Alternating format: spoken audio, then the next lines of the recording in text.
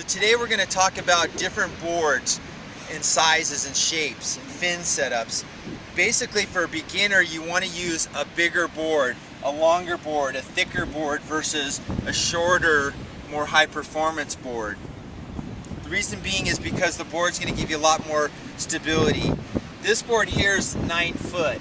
This one's probably 8.5 foot, almost 9, I guess. We have all kinds of different types of boards. We have a board that has a foamy surface. We have a board that's kind of made out of, I guess this is like a plastic, a big board. We have boards like this that are tough light. They're made out of really high performance materials that are pretty indestructible, though they have proven to get dings and damage at times.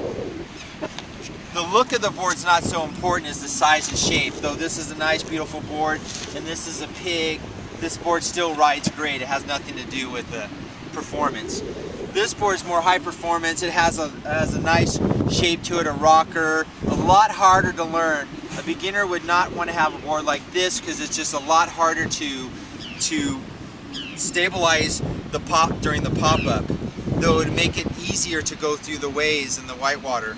So a beginner really wants to have one of these boards and then maybe progress to this, where a high performance person, a more advanced person.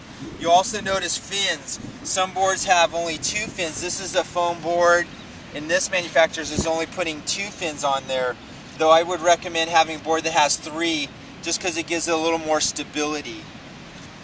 You can see in some cases they'll have 3 fins with a small one in the back. These fins come in all kinds of shapes and sizes. Longboards a lot of times have a big fin, usually just a big fin. In some cases they'll have these little trailer fins to help with some stability. Sometimes the fins on some of these foam boards are made out of plastic, very flexible.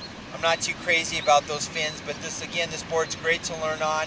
If you're going to get hit in the head, this board's not going to hurt you like this board would or this board would.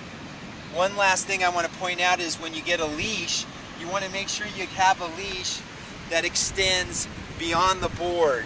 Because if you nosedive it, which happens a lot, you want to be able to dive past your board. So all of these boards, the leash goes beyond the end of their board so that they can safely clear the board when they fall.